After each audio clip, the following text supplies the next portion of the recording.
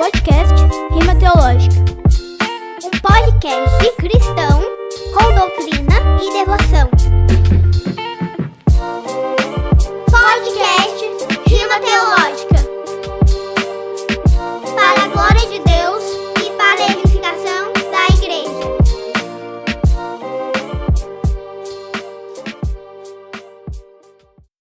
Damas e cavalheiros, vocês estão ouvindo o noticiário Binóculo Bíblico, oferecimento Rima Teológica.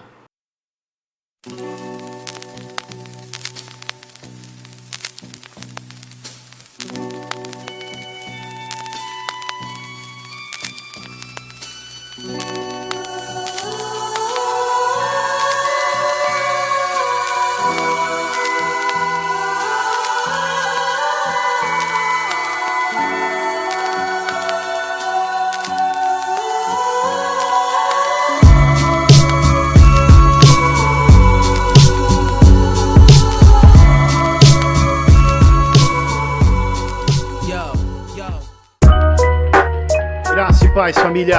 Aqui quem fala é Guilherme Zamba e esse é mais um episódio do podcast Rima Teológica. E hoje estamos novamente com a série Binóculo Bíblico e o tema de hoje é Teologia Coach. Se é que podemos chamar isso de teologia. O assunto de hoje é o coach nas igrejas. Que negócio é esse de coach? E hoje nós temos a participação do meu irmão Raul Santos, que já, se eu não me engano, é o terceiro episódio que ele está participando. E também temos a participação do irmão Rodrigo de Cristo, que é um brother que, além de estar estudando comigo no seminário Martin Bucer, nós temos algumas músicas juntos. E os dois são grandes amigos e eu gostaria que eles mandassem um salve aí. Manda um salve aí, rapaziada. Salve, salve, família. Agradeço mais uma vez por esse convite. E, Zamba, você acertou, é o terceiro episódio que eu tô participando. E vamos botar pra quebrar aí, cara. Salve, salve, família. Quero agradecer aí o convite. É o primeiro podcast que eu participo. E tô muito feliz, mano, muito animado. Espero aí que os ouvintes possam ser edificados aí por esse episódio. Vamos que vamos, tamo junto. Tamo junto.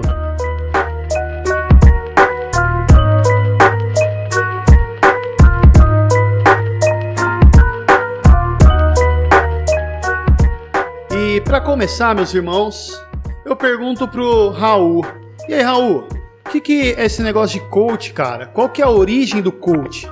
Beleza, vamos lá. O nome coach, a raiz etimológica, a origem desse termo vem de um vilarejo na Hungria. Isso é o que aponta 4 pesquisadoras brasileiras. Elas identificaram que em 1500, numa cidadezinha da Hungria, o nome Cox, K-O-C-S, que se pronuncia Coxi, era famoso pela produção de carruagens. As carruagens Coxi vão originar o termo coaching, no sentido em que a similaridade de ambos era de alguma forma levar a pessoa do ponto A ao ponto B, de onde vem também a origem da palavra cocheiro, que hoje nós sabemos que são os condutores das carroças, né? Já mais tarde, em 1850, a palavra coaching foi usada nas universidades para se direcionar aos tutores, que ajudavam os estudantes a se prepararem para os exames. Já em 1950, a palavra foi usada nas literaturas de negócio, como uma habilidade de gerenciar pessoas. Até que em 1970, o coach chega aos esportes, aqui no Brasil, mas é finalmente em 1980 que o coach emergiu como uma disciplina de fato. E de lá até hoje vem tomando força, com mensagens motivacionais dentro das empresas, do mundo literário, chegando ao ponto de adentrar hoje em dia nas igrejas.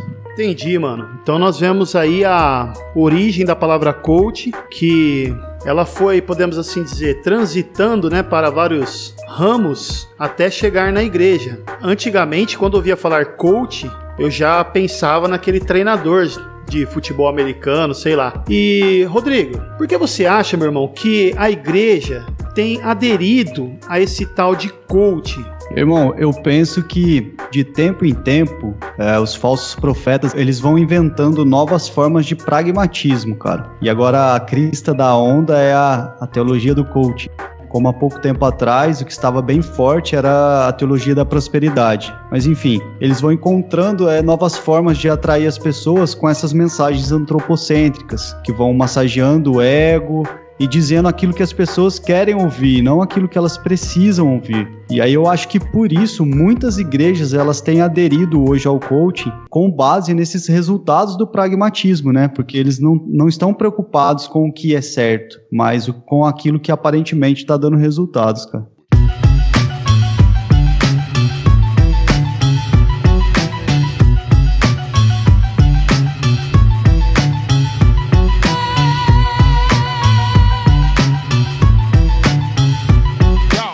Pode crer, a igreja adora novidades, vive em busca de coisas novas. A igreja, podemos dizer, a igreja contemporânea, a igreja que se distanciou da palavra, adora esse tipo de novidade como uma espécie de isca para que as pessoas se mantenham na igreja. Mantenham a igreja também, na verdade, né? A receita da igreja. Semana retrasada eu falei em uma pregação na igreja que se nós quiséssemos lotar a igreja, já teríamos conseguido isso faz um tempo já.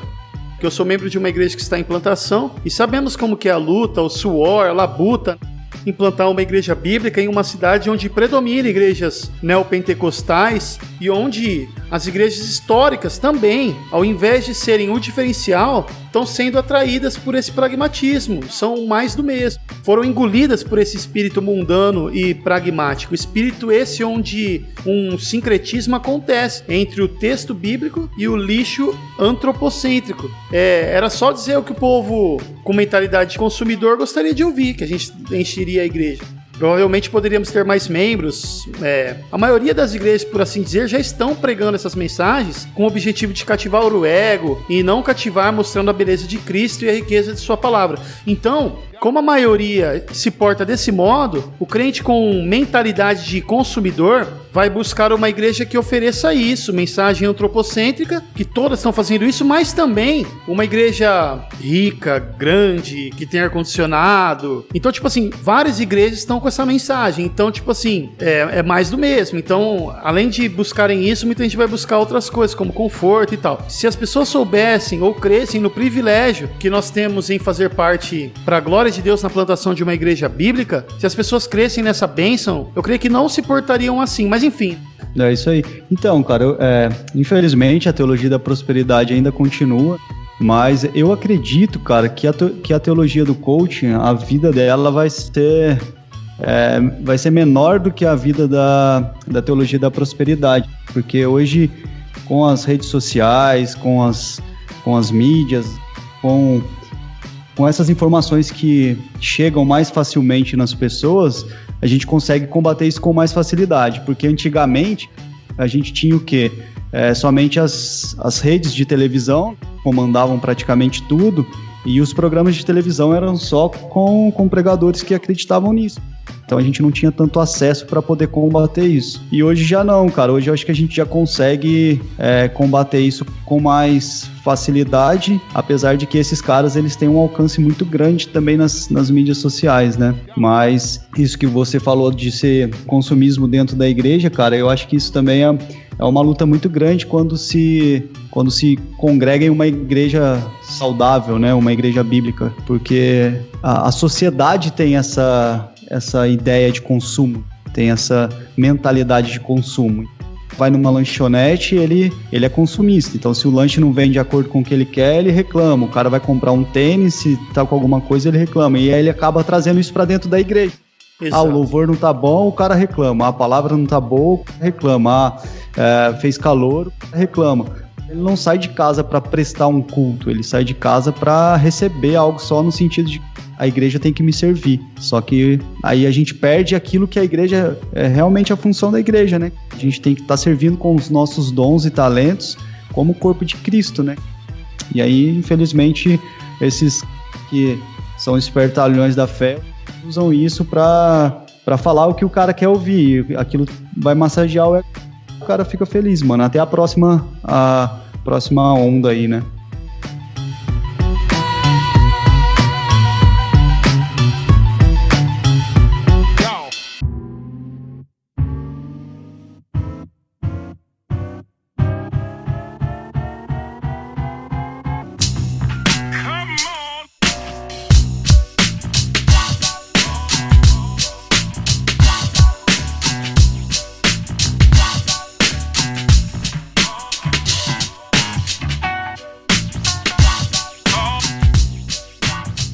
interessante você observar isso, que conforme a igreja tem adotado essas práticas, esses costumes do nosso século, a gente também, ao mesmo tempo, tem perdido de vista, eu acho que 2 pilares importantes, que é o Solus Christus e o Sola Scriptura. Que o Solus Christo, para quem não sabe, é somente Cristo, e Sola Scriptura é somente as Escrituras. Quando você percebe que essa geração está motivada a ir para a igreja para receber, então a gente já perde de vista o Solus Christo. Ou seja, se nós cristãos, devemos ir para a igreja para adorar a Cristo, para servir e não ser servido. A Bíblia, em diversos versículos, vai dizer que melhor é dar do que receber.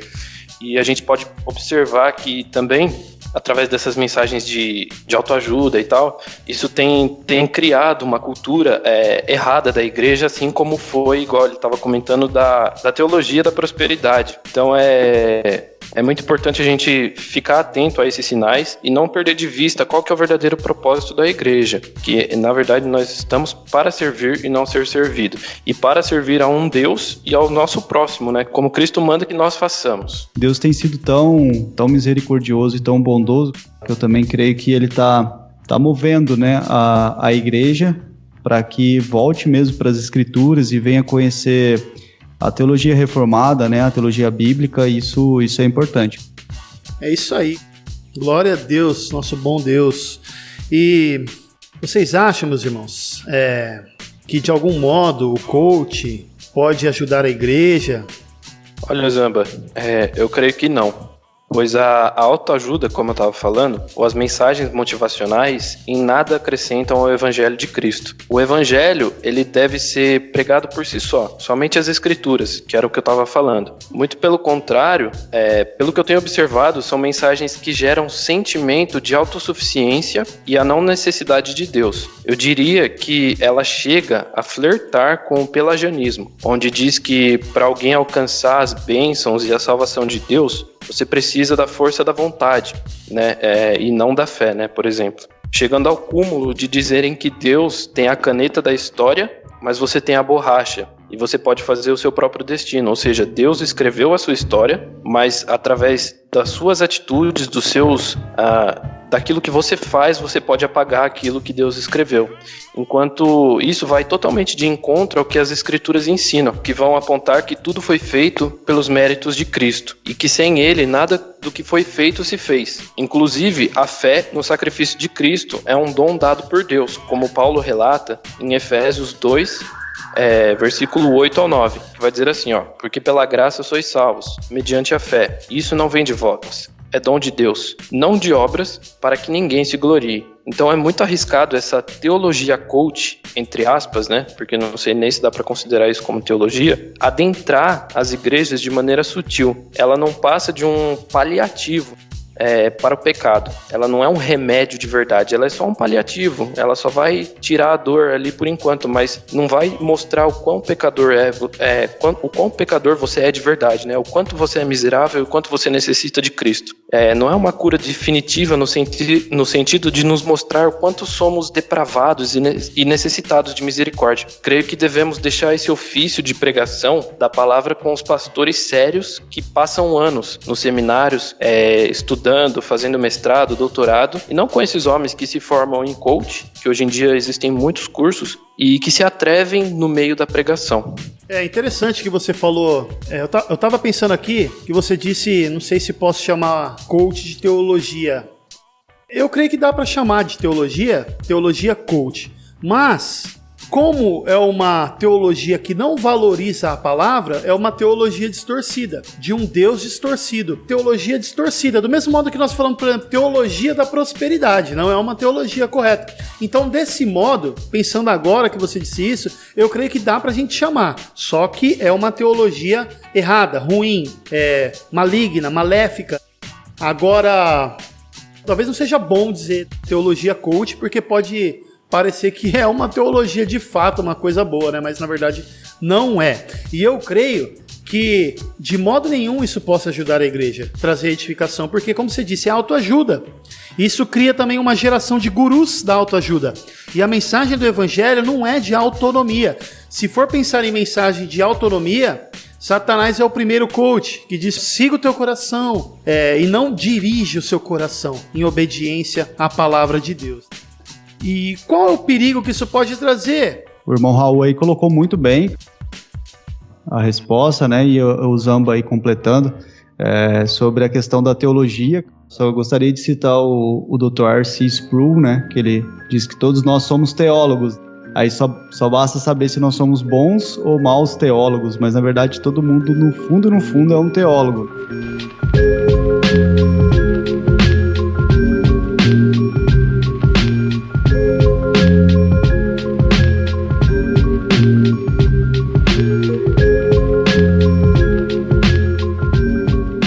Todo mundo tem alguma concepção de Deus. E eu concordo com vocês. Acredito que para a questão de púlpito, a teologia do coach não ajuda em nada, porque o púlpito ele deve ser usado para exposição bíblica, cara, e quando nós observamos o discurso desses coaches, não vou chamar nem de pregação, né, mas os discursos desses coaches, nós percebemos o quanto está distante dos ensinos das escrituras. Este é um grande problema. Acabamos de falar sobre isso, mas alguém quer dizer mais alguma coisa a respeito dos perigos que isso pode trazer, o quão perigoso é? Cara, eu acredito que o grande perigo é o da heresia, né? Esses tempos atrás eu postei nas minhas redes sociais sobre a teologia do coach. O que me surpreendeu muito, cara, é que alguns cristãos que já são mais velhos de caminhada acabaram perguntando lá na postagem: mas o que esses caras estão fazendo de errado? E aí isso me deixou preocupado, porque eu fiquei pensando, cara, que tipo de cristianismo está sendo ensinado nas igrejas? Onde o cristão, mesmo aquele que já se o cara é neófito na fé, beleza, mas o cara que já é velho, né, de caminhada, já tem um tempo de cristianismo, o cara ainda não consegue identificar uma heresia de uma verdade. E isso acaba sendo preocupante, porque vai minando a igreja, né, e isso é perigoso. Porque quando o púlpito é fraco, ele vai deixar a igreja espiritualmente na UTI, né, e elas já estão praticamente morrendo, se é que já não estão mortas. Eu estava lendo um artigo muito interessante, bastante cirúrgico, do nosso brother Renato Vargas. Para quem não sabe, eu e o Rodrigo nós temos uma música chamada Cristo é Suficiente, e nós colocamos no final da música um trecho de um sermão do pastor Renato Vargas, bastante conhecido. E vai rolar a música, mano, no final, Zam? Opa, vou botar no final aí pros ouvintes conferirem. Fechou. Aí, aos ouvintes aí, fica ligado até o final, então, pra ouvir a música, mano, se vocês ainda não ouviram. Fizemos a música, depois nós mandamos a música pro Renato Vargas para ver se ele autorizava, né? Ele autorizou, até compartilhou, gostou, né, da música, glória a Deus. E eu tava vendo um artigo dele a respeito do coaching teológico, e eu queria ler aqui os pontos que ele marcou sobre os perigos que isso podem trazer, né? Ele diz assim, primeiro ponto: porque as escrituras devem ser a única e exclusiva forma de consolo, conforto, exortação, admoestação e motivação para o crente, ou seja, só a escritura. A escritura é suficiente. Segundo ponto, pelo fato de que o coaching incentiva a prática de um evangelho humanista e antropocêntrico, ou seja, centrado no homem e não em Deus. Terceiro ponto, pelo fato de que uma igreja não é um negócio, nem um evangelho um tipo de business, e tampouco o crente um cliente que deve ser motivado a encontrar o caminho da felicidade. Porque os irmãos sabem que essa ideia de coaching sempre é ligado com o ramo empresarial, ligado também à questão da autoajuda. Aí quarto ponto, né? Ele diz assim: porque o coaching ensina que o homem deve ter em si mesmo, utilizando para isso técnicas humanas, onde o indivíduo é o centro de tudo. E o quinto ponto, porque o coaching, em vez de expor as escrituras, faz de suas pregações palestras motivacionais, confundindo o evangelho com empreendedorismo e Cristo com um guru motivacional. Você acredita, Raul e Rodrigo, que eu vi um vídeo, o cara tava falando que Jesus ele foi o primeiro coaching. Olha o nível. Aí você... absurdo, né, cara? Acho que ele confundiu a personagem aí, e ao invés de ser Jesus o primeiro coach, é como você falou, acho que era Satanás, quando o Satanás fala pra Jesus, pula daqui do pináculo do templo e pede pra que Deus envie os seus anjos, né? E aí Jesus rebate, né? Dizendo que não tentarás o Senhor teu Deus. Aí o sexto ponto, pelo fato de que as técnicas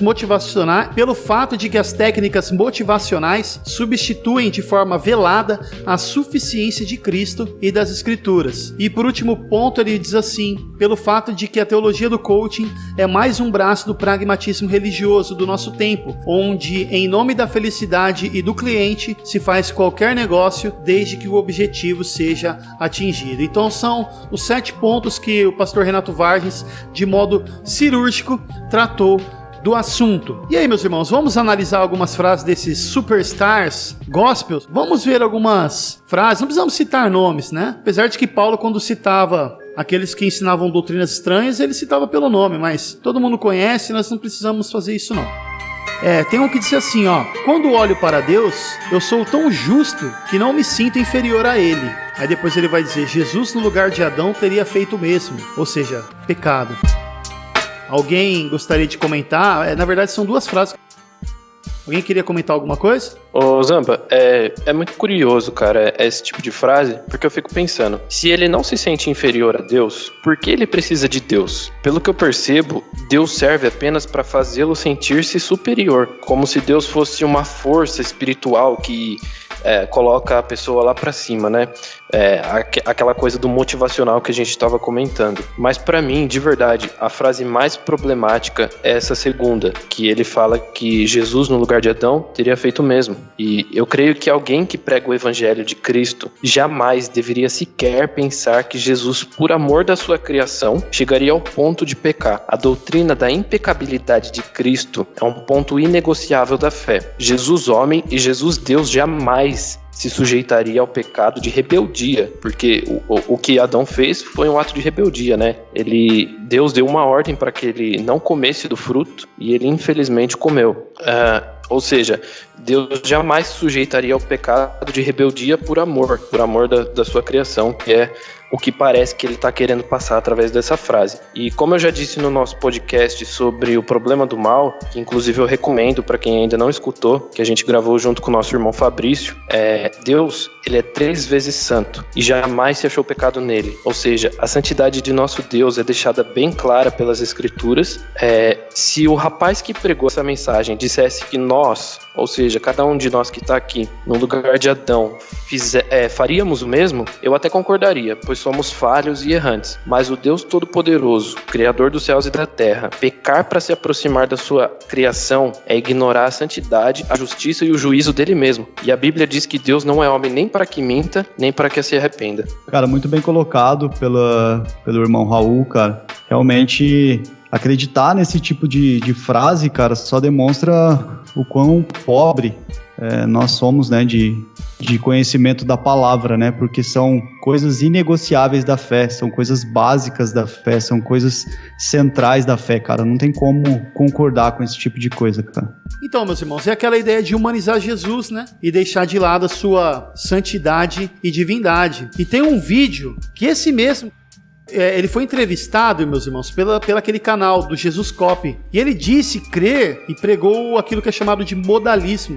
Tipo assim, não é um Deus que subsiste em 3 pessoas como cremos, como que a ortodoxia cristã crê de fato. Mas ele disse que é como se fosse assim, ó. O pai, uma hora se torna o filho, uma hora se torna o espírito. Como se estivesse trocando de roupa, tá ligado? Mó loucura. Então, tipo assim, Jesus, ele tava, sei lá, podemos dizer, esquizofrênico naquela hora que ele tava orando com o pai, porque ele tava falando com ele mesmo, na mentalidade desse cara, velho, tá ligado? Desculpa te interromper aí, mas eu achei engraçado, porque imagina esse cara tentando fazer uma exegese do texto no batismo de Cristo, né, que aparece a trindade ali naquele momento, que é Deus, né, e o Espírito Santo aparece representado através da pomba e Jesus ali no batismo. Então fica meio complicado essa interpretação que ele teve aí, que você estava comentando. A voz do pai, né? Também, esse é meu filho amado, em quem me agrada, né? E então, eu fiquei um pouco triste, porque o rapaz lá do Jesus Cop ouviu calado, né, mano? E não repreendeu diante dessa heresia, ou não consertou, ou não cortou, sei lá o que, na parte da edição. E essa outra frase aqui: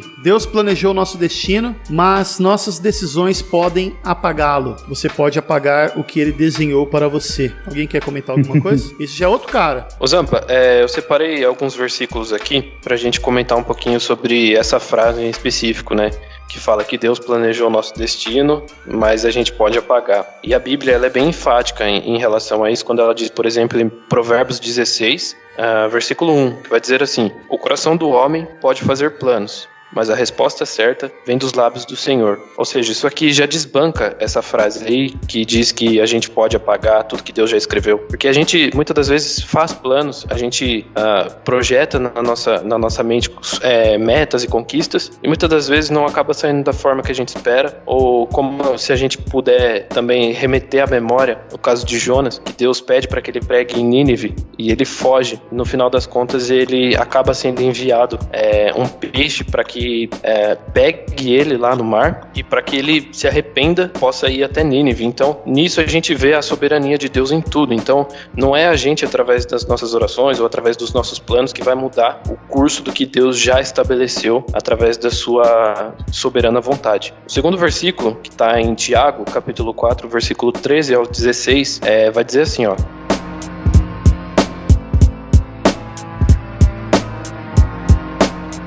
Atendei agora, vós que dizeis, hoje ou amanhã iremos para a cidade tal, e lá passaremos 1 ano, e negociaremos e teremos lucros. Vós não sabeis o que sucederá amanhã. Que é a vossa vida? Sois apenas como neblina, que aparece por um instante e logo se dissipa. Em vez disso, devieis dizer, se o Senhor quiser, não só viveremos, como também faremos isso ou aquilo. Agora, entretanto, vós jactais das vossas arrogantes pretensões. Toda jactância semelhante a essa é maligna. Ou seja, então, através desse versículo a gente pode ver que aqueles homens, eles tinham planos de ir lá e vender e fazer aquilo e fazer isso, enquanto Jesus repreende e diz que se o Senhor quiser, não só viveremos, como também faremos isso ou aquilo. Então tudo que nós fazemos é pela vontade e pela graça do nosso Deus. E para finalizar, esses 2 textos matam a teologia do coaching, que diz que nós temos uma borracha para apagar os planos estabelecidos por Deus.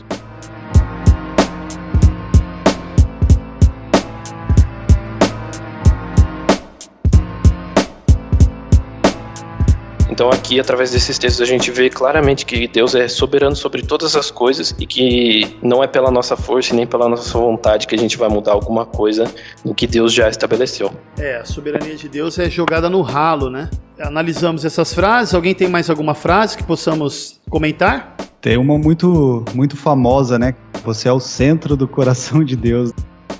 Então, mano, o que a gente pode dizer diante de tantas coisas assim, né? E eu quero dizer isso com muito temor, muito carinho aí por quem tá nos ouvindo, mas tudo isso são heresias. Não tem pra onde a gente correr. O que esses caras falam não é o que as escrituras dizem.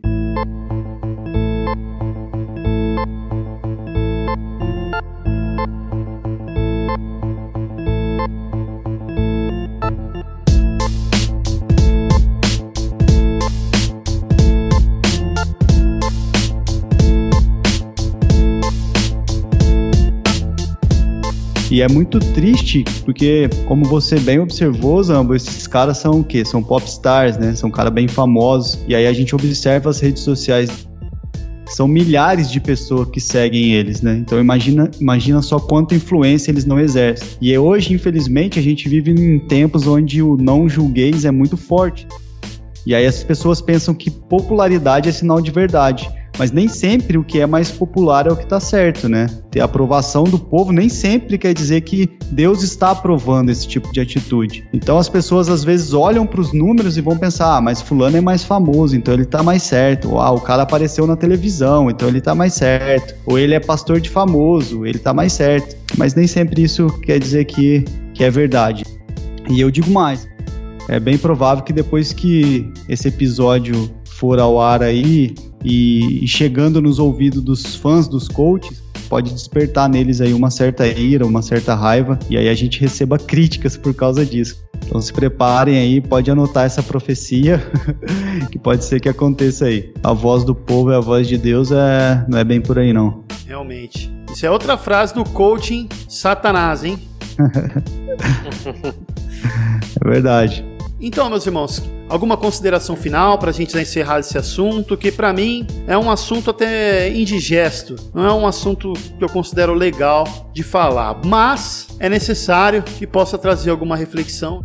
exortação, edificação. Alguém tem alguma consideração final aí? Eu queria só fazer uma consideração, levando em conta o que o Rodrigo acabou de falar, e inteirar dizendo que, assim como a teologia da prosperidade vem sendo denunciado ao longo desses anos, e hoje em dia se tornou um sinônimo de algo ruim, com o advento da internet, eu queria fazer um apelo a todo mundo que escuta esse podcast e que nos acompanha e que entende que somente a Escritura deve ser pregada, que entende as doutrinas bíblicas, que entende que tudo isso que está sendo pregado são um monte de heresias. O meu apelo é para que a gente continue denunciando esse tipo de coisa, e assim como o Rodrigo falou, né, sobre não julgueis, mas Paulo, ele diz que nós devemos julgar entre nós, que nós devemos discernir os espíritos. Então existe sim dentro da igreja uma autoridade colocada a nós, para que nós possamos julgar diante das Escrituras tais coisas que estão sendo pregadas. Então a minha consideração final é para que nós, como cristãos genuínos, como discípulos de Cristo, denunciemos todas essas manifestações que se dizem ser cristãs e coaching, e que eu falo assim no sentido de denunciar, apontando o que é errado através da Escritura. E a gente também não confundir denunciar com ser agressivo, porque eu sei que muito desses coaches têm sofrido ataques por alguns cristãos, e isso também não é uma atitude correta. Então nós devemos ter esse equilíbrio entre denunciar o que eles dizem, mas não referente à pessoa deles.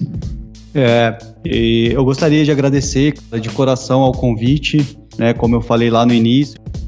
Esse foi o meu primeiro podcast, gostei muito de participar com vocês, foi realmente uma honra, eu fiquei muito feliz e espero que possa edificar aí a todos que estão ouvindo, e eu quero deixar uma mensagem que está em 2 Timóteo, capítulo 2, verso 15, onde Paulo está orientando, né, o jovem pastor Timóteo, e ele diz para ele: procura apresentar-te a Deus aprovado, como obreiro que não tem de que se envergonhar, que maneja bem a palavra da verdade. Então, se nós manejarmos bem a palavra da verdade, estudando com zelo, com amor às Escrituras, procurando uma igreja bíblica saudável para congregar, vivendo uma vida de devoção, de piedade, então a gente vai ter mais facilidade de identificar esses erros, essas heresias que saem dos púlpitos, né?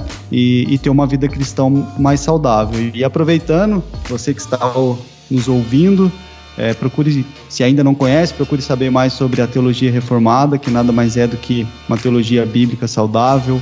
Procure ouvir bons pregadores como Augustus Nicodemos, Hernandes Dias Lopes, Franklin Ferreira, Jonas Madureira, John Piper, Sproul, Paul Washer, Tim Keller, enfim, são inúmeros bons pregadores, e você pode achar facilmente as ministrações.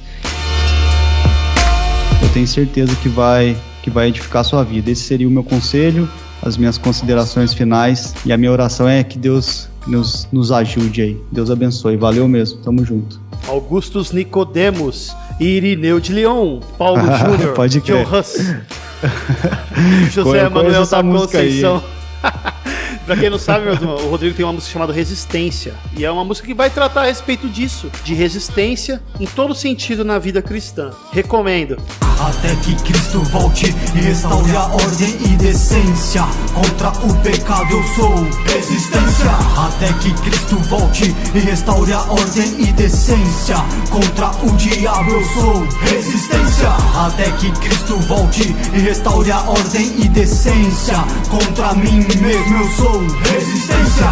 Até que Cristo volte e restaure a ordem e decência. Eu sou resistência.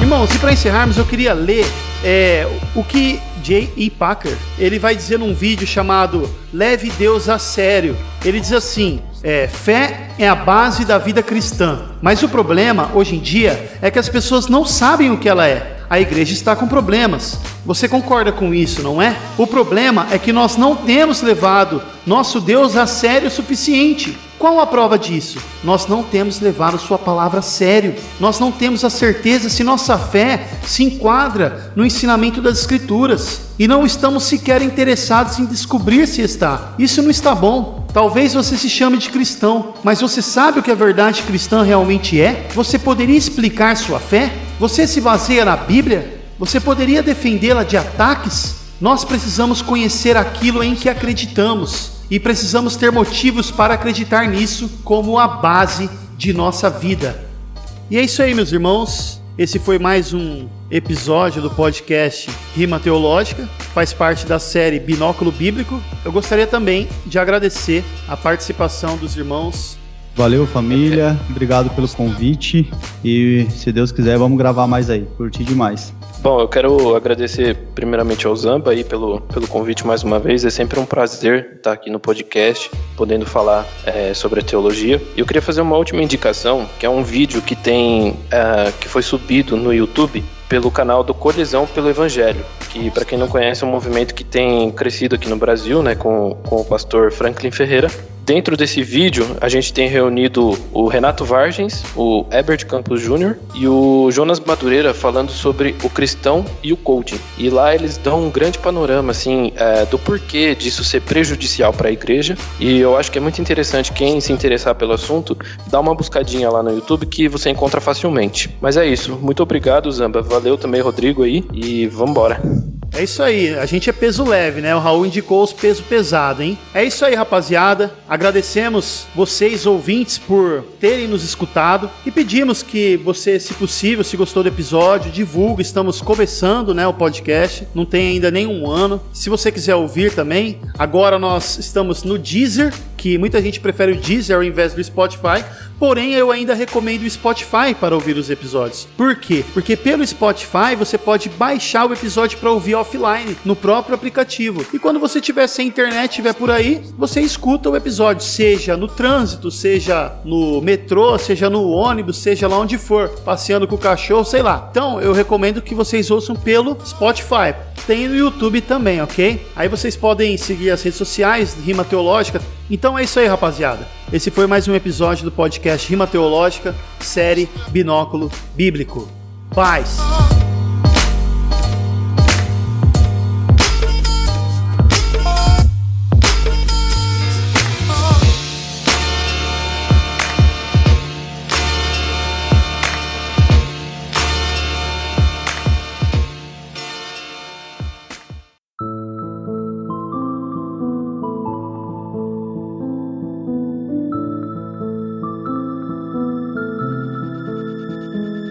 Caminhando rumo à perdição, te exortamos, volta para o caminho da salvação, só Jesus é a porta.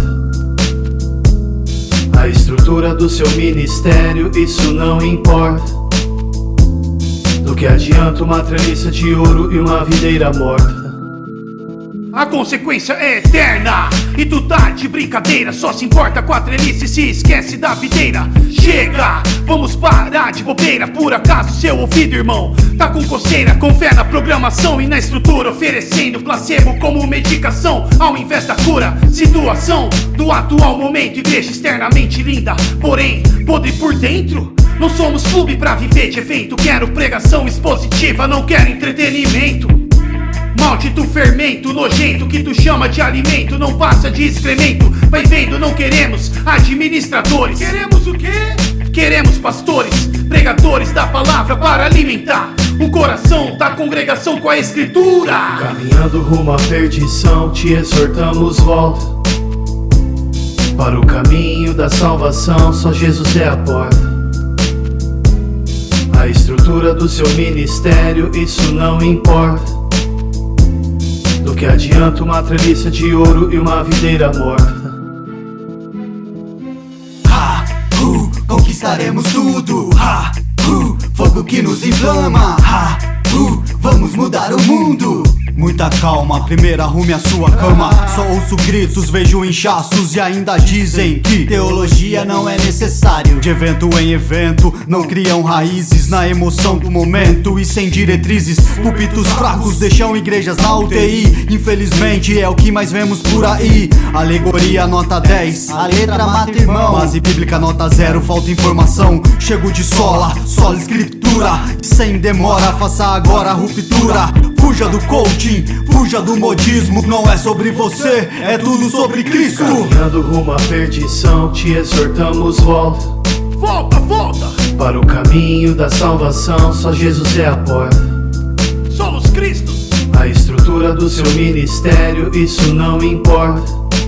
Não importa. Do que adianta uma treliça de ouro e uma videira morta. Oh Senhor, aviva-nos.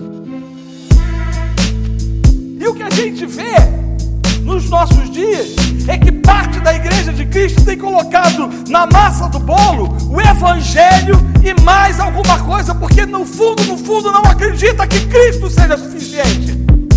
E aí você vai ver, por exemplo, igrejas dizendo o seguinte: então nós vamos crescer, a gente prega Cristo, mas a gente tem que ter muito evento. É igreja que vive de evento em evento, evento para mulher, evento para criança, evento para adulto, evento para homem, evento para cachorro, evento para quem quer que seja. A igreja, ela vive isso, ela respira isso, porque ela acredita que eventos vai fazer com que ela fique cheia. Ou igrejas que fundamentam suas perspectivas, suas premissas em congressos, em reuniões, em atividades diversas, em shows, em baladas, e agora na maldita teologia do coaching.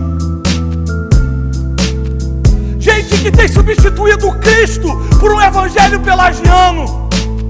Gente que tem substituído o Cristo por uma mensagem antropocêntrica, humana. Gente que tem colocado na massa do bolo ingredientes que do ponto de vista podem parecer palatáveis ou podem fazer com que o bolo cresça rapidamente. O bolo, contudo, pode crescer, mas ele não alimenta.